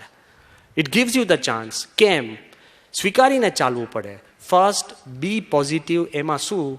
Vote can I give, not what can I get. આપણને એમ છે કોઈ પણ જગ્યાથી મને શું મળે તો હું આગળ વધીશ, ભૂલી જાઓ. તમે શું આપી શકો, તમે શું બદલી શકો, એમાં તમારી પ્રગતિ છે. અમદાવાદ મંદિરમાં એકવાર હું સાંજે આરતી કરીને નીચે ઉતરતો હતો. એક અમારા 72 વર્ષના વૃદ્ધ હરિભક્ત મણિભાઈ ચાવાડા, એ બિચારા ચંપલ પહેરતા હતા સાંજની આરતી પછી. એટલે મેં એમને ધીરેને પૂછ્યું, મેં કહ્યું મણિભાઈ બોલો ક્યાં ઉપડ્યા? મને કે જંગે ચડવા. મેં કહ્યું 72 વર્ષની ઉંમર, ડગુમગું થાય છે. અને જંગે એટલે ક્યાં? એ કે ઘરે જાઉં છું. આ હું ભગવાનના સમખીને કહું છું, એક શબ્દ ઉમેરતો નથી. મેં કહ્યું મણિભાઈ આવું ન બોલો. મને કે તમને શું ખબર પડે? મેં કહ્યું એમ નહીં, તમે મને કહો. મેં કહ્યું શું પ્રશ્ન છે તમારે? એ કે જો સ્વામી હું સીધું કહી દઉં, હું સવારના 7:30 નીકળ્યો છું આ અમદાવાદના ભર તડકામાં. દુકાને મહેનત કરીને વૈતરું કરીને હું પૈસા કમાઈને સાંજે 7:30-8 વાગે ઘરે પહોંચીશ, થાકીને લોથપોથ થઈને. જેવો હું ઘરે પહોંચીશ એટલે મારા ઘરના માણસ, પત્ની સજી મજી તૈયાર થઈને બેઠા હશે, અને હું જેવો ઘરે જઈશ તરત મને કહેશે કે ચાલો બારે. અને હું ના પાડીશ કે હું આખો દિવસ ઘરમાં રહી છું. સમજાય છે ને? ઇસ્યુ બહુ નાના છે, પર્સપેક્ટિવ, થિંક ડિફરન્ટ છે. આમાં પ્રોબ્લેમ ત્યાં છે. એ કે હું આખો દિવસ ઘરમાં પુરાઈને બેઠી છું તો મારે બારે જવું છે. હું કહું કે હું આખો દિવસ બારે જઈને આવ્યો છું, મારે ઘરમાં રહેવું છે. સમજાય છે? આટલું જ. મેન એન્ડ વિમેનના ઇસ્યુઝ આવા જ હોય છે. બહુ રકજક થશે એટલે પછી હું મારા દીકરાને કહીશ કે બેટા તું લઈ જા. હવે દીકરો તો મારો જ. એ કે સ્કૂટરમાં પેટ્રોલ નથી. ઝઘડો થશે. અડધો કલાક ઝઘડો થાય ને અને ગેસ ખૂટી જાય પછી શાંતિથી અમે જમીએ છીએ. તમારે ઝઘડા બંધ સમાધાનના નથી, પણ ગેસ ખૂટી જાય છે એટલે સમાધાન થાય છે. એટલે લાગે મૂકોને લપ ક્યાં ઝઘડ કરો એમ. એટલે કે અમે શાંતિથી જમશું, પછી શાંતિ સૂઈ જઈશું, પછી બીજો દિવસ. મેં કહું રોજ આવું થાય કે રોજ? મેં કહું મણિભાઈ કામ કરો ને. તે કે શું? મેં કહું તમે આજે ઘરે જાઓ ને તમારા ધર્મપત્ની કે ચાલો બારે તો તમે જજો. તો એટલા ગભરાઈ ગયા ને. મને કે ના ના સ્વામી પછી લઈ જશે મને. મેં કહું તો શું વાંધો છે, અનુકૂળ થાવ, કોક વાર જાઓ. એ કે સ્વામી આજનો વાંધો નથી, પણ બહેનોને એકવાર કે ને પછી રોજનું કરી દે છે. પુરુષો એટલે ના પાડતા હોય છે. અને બહેનોને ખબર હોય છે કે એકવાર હા પડાવી દઉં એટલે કાયમી. પર્સપેક્ટિવ્સ જુદા છે. મેં એમને કીધું ગમે તેમ બાપાને યાદ કરી અને મને યાદ કરી મહારાજની આગળ જઈને આજે તમે હા પાડજો. Think different. હું તમને કહું છું. એ બીજે દિવસે સવારે 7:30 આરતીમાં ખુશ મિજાજમાં આવ્યા. મેં કહ્યું મણિભાઈ શું થયા? કે હું ગયો ઘરે તૈયાર થઈને બેઠા હતા અને એકદમ મને કીધું ચાલો બારે. મેં કીધું ચાલો. તે કે આજે નહીં.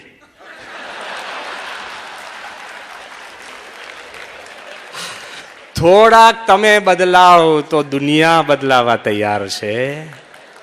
અકોમોડેટ, ચેન્જ. તમને એક જ લાગે છે કે એક જ રીત છે, તમારો દીકરો કે દીકરી કે કુટુંબીજન કાંઈક ભૂલ કરે, કાંઈક ખોટ કરે, માર્ક્સ ઓછા આવે એટલે વઢવું અને ઉપદેશ આપો, એક જ રીત છે? We are stuck. ઘરમાં ફેરફાર થાય એટલે હું આ વાત કરું છું. આપણે હોશિયાર, પ્રગતિશીલ, સુસંસ્કૃત, ઠીક. સાઉથ આફ્રિકાની એક ટ્રાઇબ, એકદમ હબસી જૂનવાણી ટ્રાઇબ, નાના નાના તંબુમાં રહે. એ ટ્રાઇબનો પ્રસંગ તમે વિચારશો ને માણસ હાલી જશે. એ ટ્રાઇબની અંદર કોઈ પણ છોકરો, કોઈ પણ વ્યક્તિ ગુનો કરે, મારે, ઝઘડે, ચોરી કરે તો એને એક થાંભલા જોડે બાંધવામાં આવે છે. અને બાંધે પછી એક પ્રોસેસ કરે છે, એનું નામ છે ઉબુન્ટુ.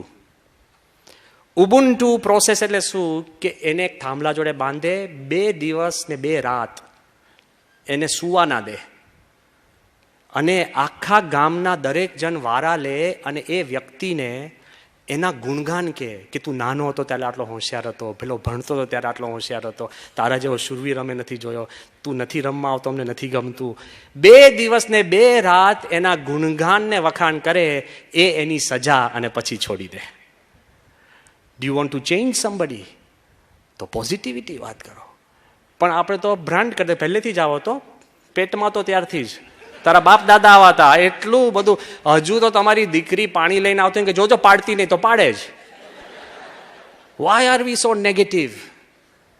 અરે કોક તમને ધંધામાં બનાવી જાય ને તો આખી કોમને આપણે આપી દઈએ કે આ તો આ જ છે, એનો બાપ આવો તો, એના બાપ દાદા આવો તો, આખું કુટુંબને મૂળભૂત આવો ખરાબ ને લુચ્ચું છે. લે અરે ભાઈ એક જણે તમને કર્યું છે. Why? Stop branding. Be positive. જેટલા તમે અનુકૂળ થશો ને, give what can I give and give way. તમે જ્યારે અનુકૂળ થશો ને તો દુનિયા બદલાય છે. પ્રમુખ સ્વામી મહારાજ 92 વર્ષની ઉંમર હતી, અત્યારે 94 છે, વ્હીલચેર બાઉન્ડ છે. આખી જિંદગી સ્વામીએ 7 લાખથી વધારે ગામડાઓ, 7 લાખથી વધારે પધરામણી કરી હોય. સ્વામીએ મોર દેન 1 મિલિયન પત્ર લખ્યા હોય, મોર દેન 15,000 17,000 ગામડાઓમાં ફર્યા હોય.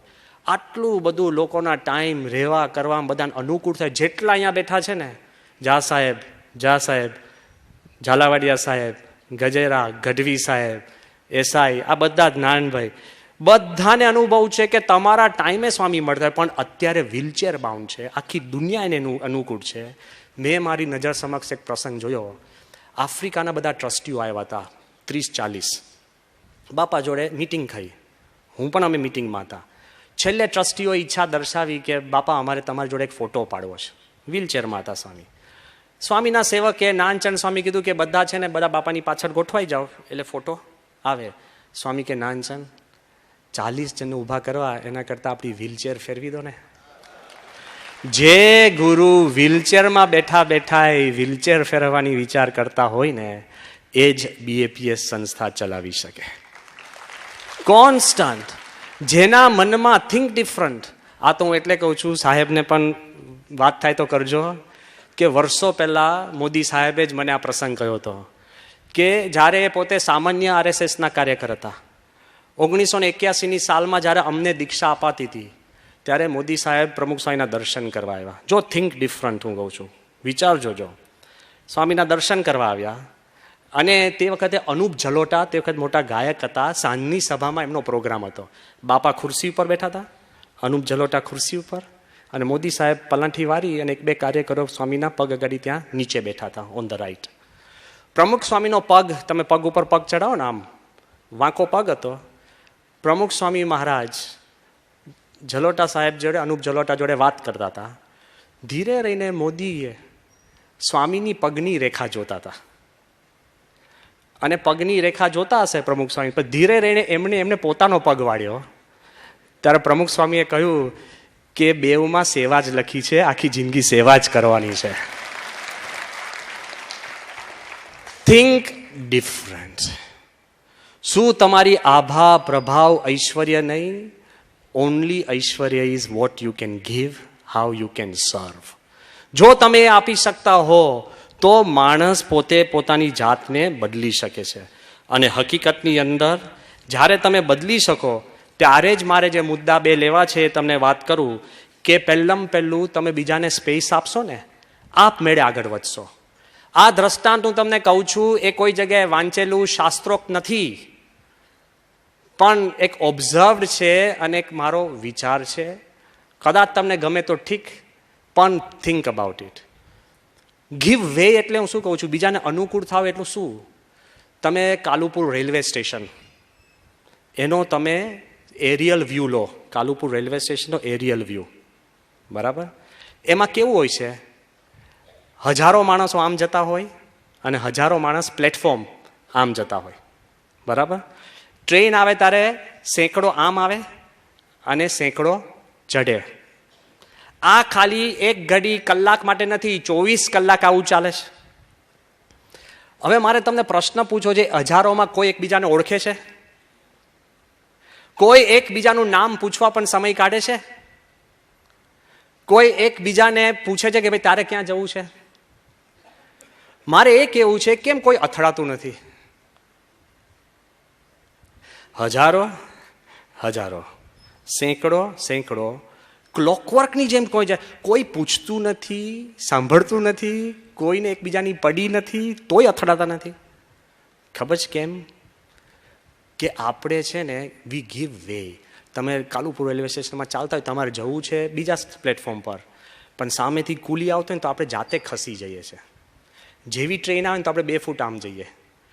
તમે દાદરા ચડતા હોય ને કોઈક ધીરો માણસ હોય તો આપણે ખસી જઈએ છીએ. ક્યારે એવું કે હે જલ્દી કર કહીએ છે? કુલીને એવું કહે છે તું ખસ. જો માણસ જીવનમાં ખસીને બીજાને માર્ગ આપે ને તો આપોઆપ પોતાના ડેસ્ટિનેશન ઉપર પહોંચે છે. તમે બીજાને ખસેડવામાં પડ્યા ને, સમજી જાઓ, તમે બીજાને ખસેડવામાં પડ્યા તો દુઃખના દરિયા છે. સુખી થવું હોય તો ખસીને માર્ગ કાઢી લો. What you get you accept and move on. So first, what can you give? આ વિચાર રાખજો, not get. Second, if you can't give, at least forgive. કેટલાને મન દુઃખ હશે, પોતાના માતાના, પિતાના, ઘરના, કુટુંબના અધિકારીઓએ કામ કર્યું હોય તો આપણને મનમાં થાય કે પેલા મારી પાછળ આમ કર્યું, પેલા બદલી કરાવી, આ કર્યું મારી પાછળ. કોઈને પાછળ પડવાનો સમય નથી, તમે છોડી દો ને. એક માણસ મારી પાસે આવ્યો અને મને કહે કે સ્વામી હું બહુ દુઃખી છું. મેં કહ્યું દુઃખી કેમ છે? એ કે મારા બાપુજી પહેલેથી જ મારી પાછળ, અને મારા ભાઈને બધું આપી દીધું. નાનો હતો ત્યારથી મને જમવામાં ઓછું આપે, કપડાં ઊંચીને આપે ને આમ કરે ને તેમ કરે ને, ફરવા ના લઈ જાય ને, કેટલી વાર ઘરે લોક કરીને રાખ્યો ને, એટલું બધું રડ કરે ને. મેં કહ્યું પપ્પા ક્યાં છે? કે 25 વર્ષ પહેલા મરી ગયા. મેં કહ્યું હવે તો છોડ. શેની માટે તમારા 25 વર્ષના દુઃખ ભેગા લઈને ફરો છો? ફોરગીવ. અને એમને એમ નથી કહેતો. અને શાસ્ત્રોક્ત અને ઐતિહાસિક દ્રષ્ટાંત આપીને હું તમને કહું છું, 2013ની સાલમાં 14 ડિસેમ્બર બહુ જ મોટા માણસનું એક ફ્યુનરલ થયું, નેલ્સન મંડેલા. અને સાઉથ આફ્રિકામાં નેલ્સન મંડેલાનું ફ્યુનરલ થયું. મારે કહેવું છે, કોઈ પણ દેશને આમંત્રણ આપ્યા વગર દુનિયાના 90 નેતાઓ હાજર, બીજા 90 ભૂતપૂર્વ નેતાઓ હાજર, ક્લિન્ટન, બુશ, બધી જ ટીમ. 100થી વધારે સ્વૈચ્છિક સંસ્થા, વર્લ્ડ બેંક, UN, રાજા મહારાજાઓ, મુસલમાન દેશોના બધા જ વગર આમંત્રણે. એવું નથી દેશોએ ફોન કર્યા તમે આવજો આવજો, નો પ્રોટોકોલ. સ્ટેડિયમની અંદર જ્યારે એને ફેરવેલ અપાય છે, હું ત્યાં જઈ આવ્યો છું. I have seen, I have been, એટલે હું તમને કહું છું. સ્ટેડિયમની અંદર જ્યારે એને ફેરવેલ અપાયું નેલ્સન મંડેલાને, એવું શું હતું એનામાં? અને એને શું કર્યું હતું? જે માણસ નાનપણમાં એક ટ્રાઇબલ તરીકે ઉછરેલો, માંડ થોડું ભણ્યો, યુવાનીમાં ભાગતો ફર્યો છે, હી વોઝ હન્ટેડ. શું ક્રિએટિવ કામ કર્યું છે? પછી એના ઉપર આરોપ મૂકવામાં આવ્યો અને 27 વર્ષ જેલમાં. રોબિન આઇલેન્ડ કોઈ જઈ આવજો, તમને 2 દિવસની ખાલી બદલી થાય ને, તમારું આખું જીવન ખખડી જાય છે. આપણું મારી જ બદલી, ભાઈ તમારી જ હોય. હા, તો ખખડી જાય છે. 27 વર્ષના કોઈ વાંક ગુના વગર. અને એને જેલમાં નાખનાર કોણ? જોન વોર્સ્ટર. એ સાઉથ આફ્રિકાનો જે આ વ્હાઇટ રેઝિમનો મુખ્ય માણસ, જોન વોર્સ્ટર. એ માણસે ખોટા કેસ, કન્સ્પિરસી કેસ ઊભા કરીને મંડેલાને નાખ્યો. દર 3 વર્ષે નવા કેસ. 27 વર્ષ સતત જેલ તો હજુ સમજાય. કોટડી જોજો, જઈ આવ્યા છે રોબિન આઇલેન્ડ. કોઈ પણ સાઉથ આફ્રિકા જાય ને, please go and visit Robin island. એટલી નાની કોટડી, પગ લાંબા ના કરી શકો, ભયંકર ઠંડી, તકલીફ, અને રોજ એનું અપમાન, હ્યુમિલિએશન. રોજ 2-3 દિવસે આ જોન વોર્સ્ટર આયોજન કરે અને એ પાર્લામેન્ટમાં બિલ મૂકે, હેંગ મંડેલા. જેલ, મરવાની ભીખ, અને એ જ જોન વોર્સ્ટર પ્રાઇમ મિનિસ્ટર બને છે. જે માણસ એને જેલમાં નાખ્યો એ તમારા દેશનો પ્રાઇમ મિનિસ્ટર બને. હવે પૂરું. મંડેલા રોજ અપમાન, રોજ ભય, રોજ મૃત્યુ, રોજ સંકોચાઈને જીવન જડે, ગાંડો થઈ જાય માણસ. એ જોન વોર્સ્ટરે કેટલી વાર બિલ પસાર કર્યું કે હેંગ મંડેલા, પણ બિલ પસાર થયું નહીં. જોગાનું જોગ જતા 27 વર્ષ પછી આની રેઝિમ નીકળી ગઈ, ધોળિયાઓનું રાજ ગયું, ફ્રીડમ મળ્યું, અને મંડેલા જેલમાંથી બહાર આવે છે. એનો પરમ દુશ્મન કોણ? John Vorster. અને જોન વોર્સ્ટરના મોટા મોટા વાક્ય આવે, it is my dream to see Mandela die. આવા વાક્યો આવતા હોય, તમને કોઈ કીધું તું નથી, ખબર જ છે આ કરે છે.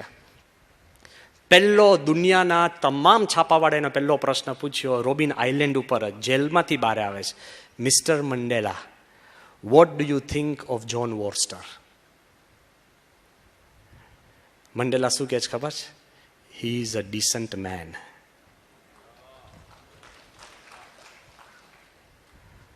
રૂવાણા ઊભા થઈ જાય. 27 વર્ષથી કોઈ પાછું પડ્યું હોય એને 2 જ શબ્દમાં માફી આપી દે. જિંદગીમાં એના માટે એક ખરાબ શબ્દ મંડેલા નથી બોલ્યો, એટલે સ્ટેડિયમો ભરાય. માફ કરતા શીખો. કોકે લગ્નમાં ના બોલાયા તો જિંદગી પર યાદ રાખશો. પિકઅપ ધ ફોન, માફી આપો ને યાર, માફી માંગો. કોકે સારી પુસ્તક લખીને તમારી રહી ગઈ, સો વોટ, આ દુનિયામાં તમારું કયું સ્થાન છે? હું એટલું કહું છું, if you can't give, forgive.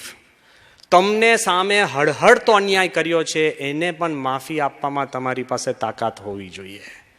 અને જ્યારે અક્ષરધામ ઉપર એટેક થયો, તમે બધા જ જાગતા હશો.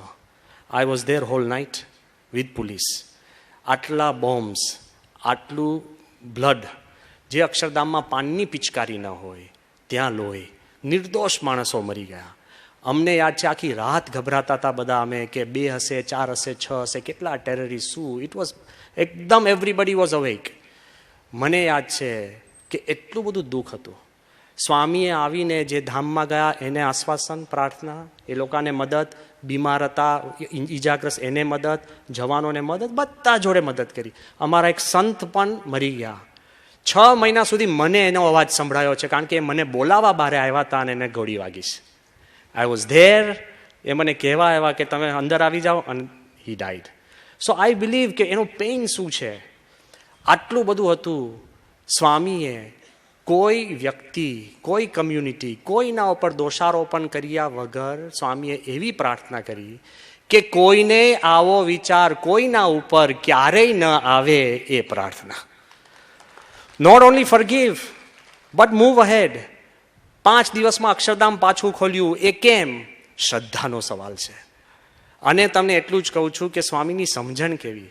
આ તમારો પ્રશ્ન નહીં, મારો જ પ્રશ્ન છે. સ્વામી આરામ કરવા જતા હતા રાતના 2-3 દિવસ પછી. હું ખૂણામાં માળા ફેરવતો હતો, બાજુમાં વિશ્વવિહારી સ્વામી હતા. તો સ્વામી એકદમ હસતા હસતા મને કે બસ આ જ કરવા જેવું છે. હું માળા કરતો હતો, મને કે બસ આ જ કરવા જેવું. મેં કહ્યું બાપા, આપણે શું બગાડ્યું હતું?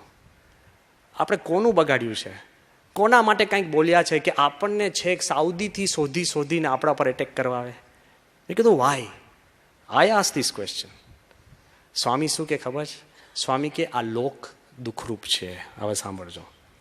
સ્વામી કે કૃષ્ણ ભગવાનને વગર વાંકે દુઃખ આવ્યા, રામ ભગવાનને વગર વાંકે દુઃખ આવ્યા, દેવકીને વાસુદેવ કૃષ્ણના માતા પિતા હતા, પણ જીવ્યા ત્યારથી આંસુ સુકાયા.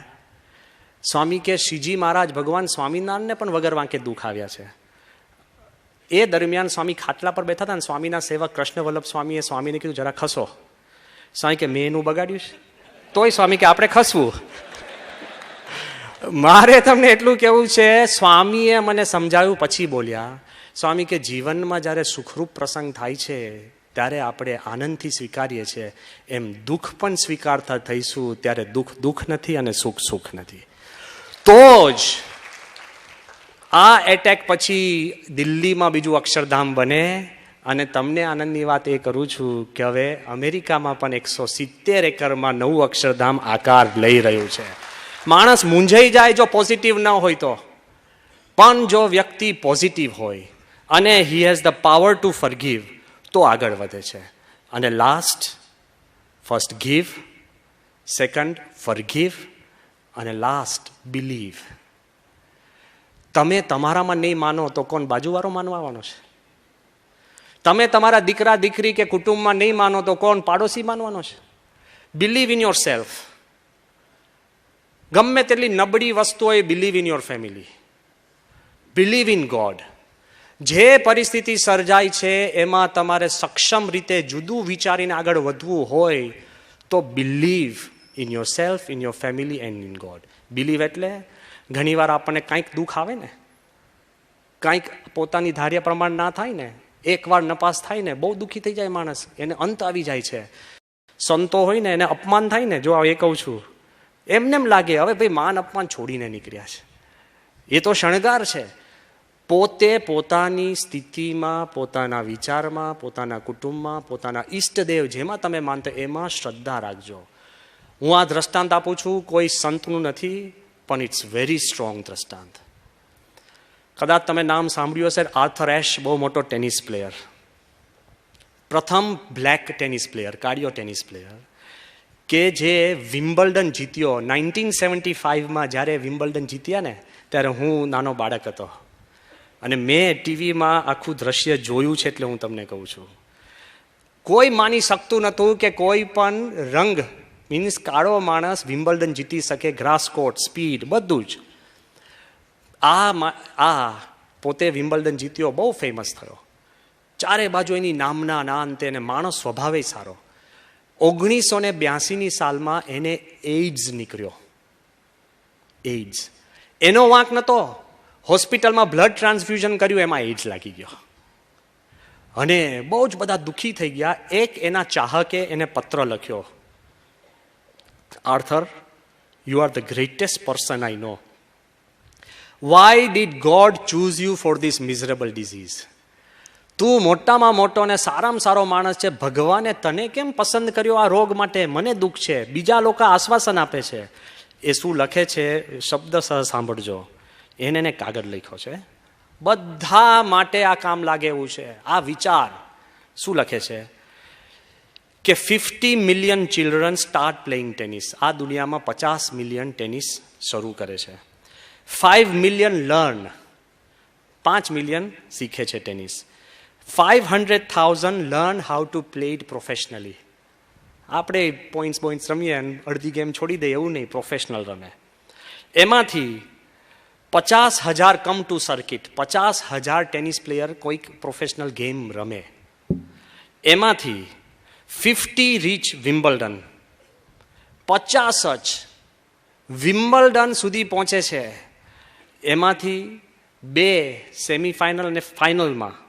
અને એમાંથી જ્યારે when I was holding the cup of Wimbledon, I did not ask God why me. Why should I ask God now why me? જ્યારે તમે સફળ થયા છો, મોટા થયા છો, આગળ વધ્યા છો, સુખી થયા છો, ત્યારે ભગવાનને પૂછ્યું કે મને કેમ? તો દુઃખમાં કેમ પૂછો છો મને કેમ? સ્વીકારો. જો સ્વીકારીને ચાલશો તો હકીકતની અંદર માણસ સુખી થાય છે. ઘણા બધા પોતાના મનના મેદની અંદર એમ માને છે કે હું મારું જીવન પસંદ કરું છું. I choose, it's my choice. હું પોતાની રીતે આગળ વધું છું, હું ધારું ત્યારે આવું.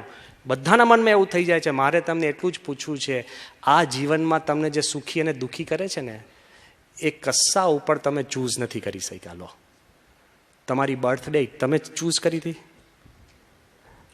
દર વર્ષે સેલિબ્રેટ કરો છો ને. તમારી ડેથ ડેટ, મરણતિથિ તમે ચૂઝ કરશો? ભાઈસાબ ના કરતા. તમારા જીવનની 2 મુખ્ય દિવસો, જન્મ તારીખ ને મરણ તારીખ, તમે ચૂઝ કરો છો? ના. તમારું નામ લો, મોટેથી લખો. માણસ નવરો પડે નામ જ સહી કરતો હોય. જોજો, તમારું નામ જે તમે એમાં ગૌરવ લો છો, તમે ચૂઝ કર્યો તો તમારા ફઈના મૂડ ઉપર છે.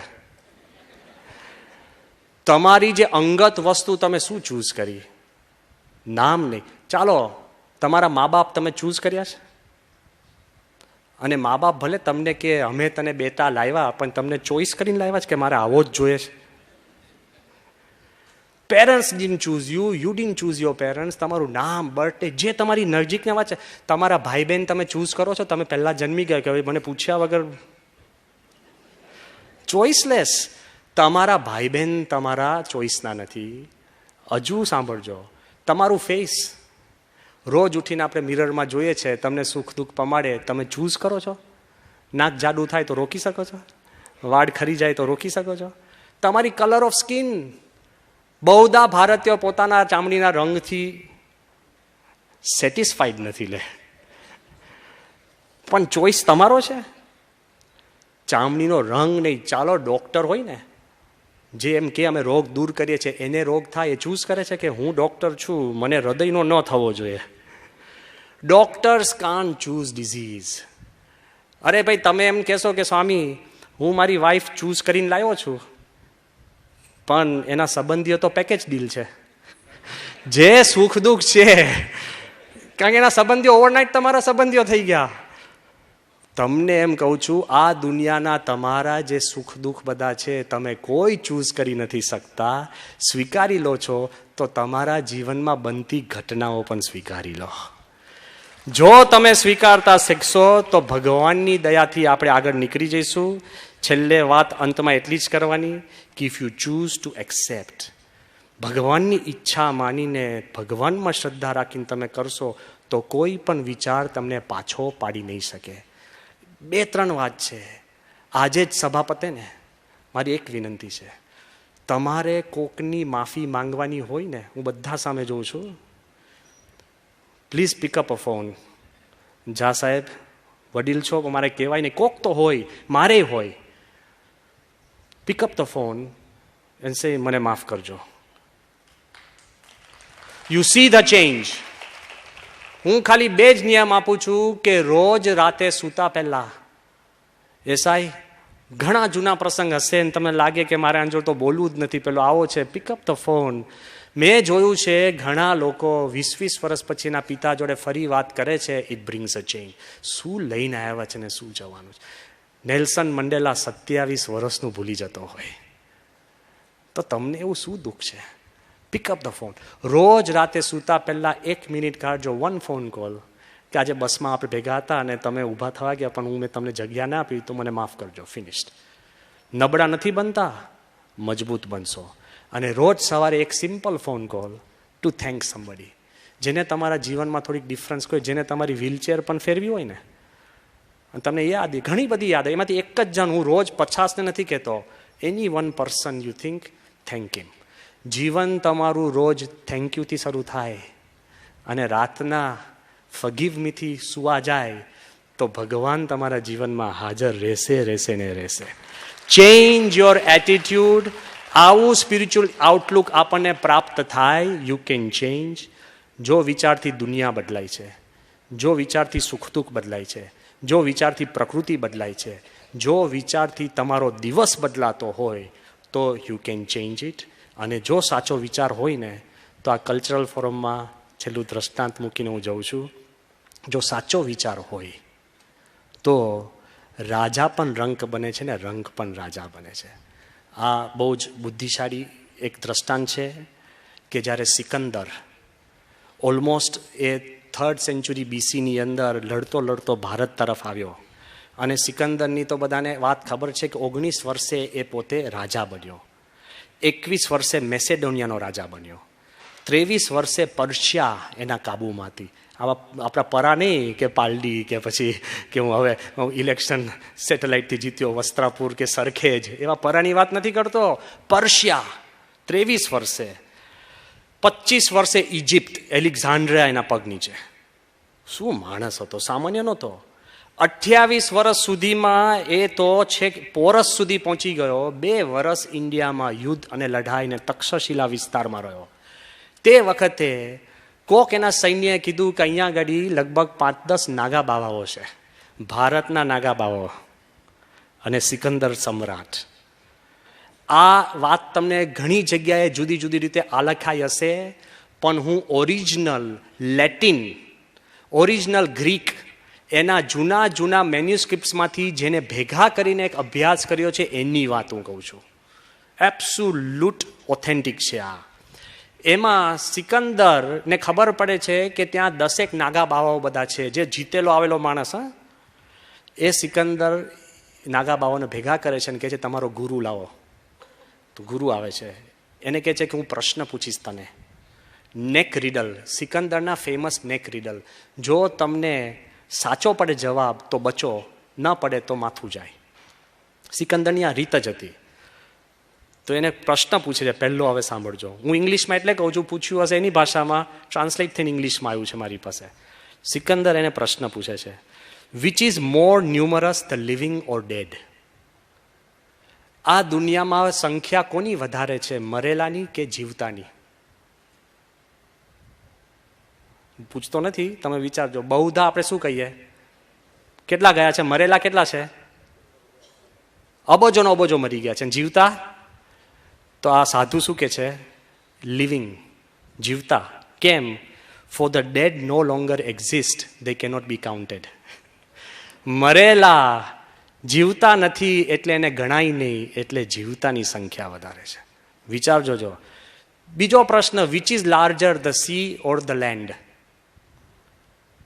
વધારે શું છે, સમુદ્ર કે જમીન? શું છે વધારે? સાધુ શું કે છે ખબર છે? લેન્ડ, કારણ કે સમુદ્રની નીચે પણ લેન્ડ છે, એટલે સમુદ્ર ટકે છે. સિકંદરને છે ને આંચકો લાગે છે કે હારા નાગા બાવા છે, આટલું બધું ભૂગોળનું જ્ઞાન, બધું જ ક્લિયર કટ. ત્રીજો પ્રશ્ન પૂછે છે, which is stronger, life or death? વધારે મજબૂત શું છે, જીવન કે મરણ? ત્યારે સાધુ શું કહે છે ખબર છે? લાઈફ, જીવન. કારણ કે it can bear so much pain. ઘણા દુઃખમાં પણ માણસ જીવે છે, એટલે જીવન મજબૂત કહેવાય. મૃત્યુ પછી દુઃખ ભોગવી જ નથી શકતું. લે, તમારી સ્ટ્રેન્થ એ છે કે તમે કેટલું દુઃખ ભોગવી શકો છો, એ તમારી નબળાઈ નથી, ઇટ ઇઝ યોર સ્ટ્રેન્થ. પછી એને પૂછે છે કે which is the most cunning animal? વધારેમાં વધારે લુચ્ચું પ્રાણી કયું છે? તો સાધુ શું કહે છે ખબર છે? કે the one I see before me. કે હું એની સામે જોઈ રહ્યો છું. એટલે સિકંદરને લાગે છે કે હારો હું સમ્રાટ, આ ભિખારી, આટલું સ્પષ્ટ, નિર્ભયતા અને ક્લીનલી, કોઈ અપમાન નહીં, નિર્ભયતા. પછી એને તરત પૂછે છે, then how can a man be most loved?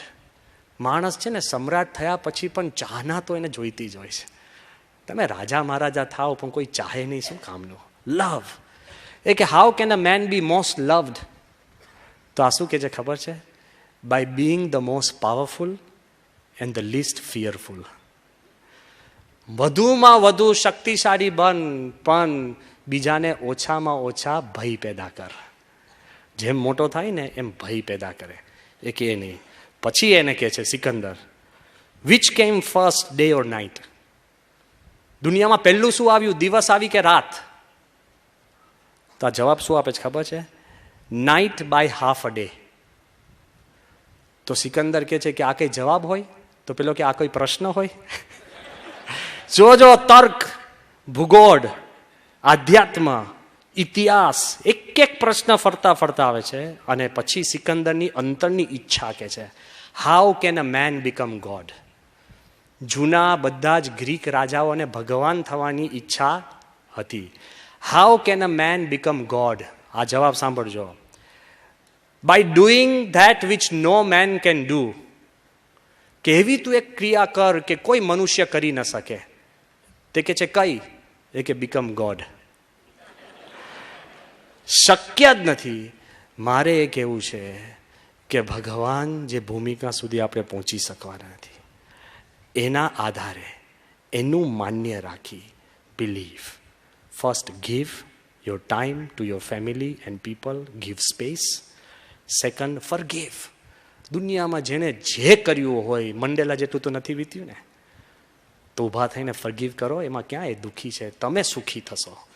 Third, believe. અને જો ભગવાનમાં શ્રદ્ધા હશે ને તો દુનિયા બદલાશે ને તમને મદદરૂપ થશે. એક સામાન્ય ખેડૂત રિસેશનની અંદર ખૂબ ગરીબ થઈ ગયો, ભગવાનમાં શ્રદ્ધાળુ, એને એક પત્ર લખ્યો ભગવાનને કે ભગવાન, હું આખી જિંદગી તમારી ભક્તિ કરું છું. અમેરિકન તે કે તમે મને $500 મોકલો. પોસ્ટમાં પત્તર ગયો, એડ્રેસ હતું ગોડ હેવન. હવે કોઈ પોસ્ટ ઓફિસર લેવા આપવા જાય તો પાછો ના આવે ને, જાય કોણ? પડ્યો રહ્યો. પણ આ માણસ એટલો બધો ખંતીલો, રોજ પત્ર આવે, રિમાઇન્ડર 1, રિમાઇન્ડર 2, રિમાઇન્ડર 3, રિમાઇન્ડર 4. એટલે પોસ્ટવાળા કંટાળ્યા કે આ તો મરી ગયા નથી, ચાલો આપણે બધા ભેગા થઈને $2, $5 ભેગા કરી અને આને પધરાઈ દે, એટલે શાંતિ. એ લોકોએ બધું ભેગું કર્યું અને $495 થયા. બધાએ ભેગું કરી અને એક પત્ર લખ્યો, ફ્રોમ ગોડ. આ તારા પૈસા. અને કવર પર બીડ્યું, એનું નામ સેન્ડર ગોડ હેવન. પેલાનો તરત બીજે દિવસ પત્ર આવ્યો કે ગોડ, આઈ નો તમે તો મને $500 મોકલ્યા છે, પણ મારું પોસ્ટ ડિપાર્ટમેન્ટ હાઈલી કરપ્ટ છે કે મારા 5 કાઢી દીધા, પેલા 5 પણ પકડાઈ દીધા. જો ભગવાનમાં શ્રદ્ધા હશે, એના વચનમાં વિશ્વાસ રાખશો, તો દુનિયા તમારા વિચારમાં બદલાશે. એ જ આજના દિવસે પ્રાર્થના. શ્રી સ્વામિનારાયણ ભગવાનની જય.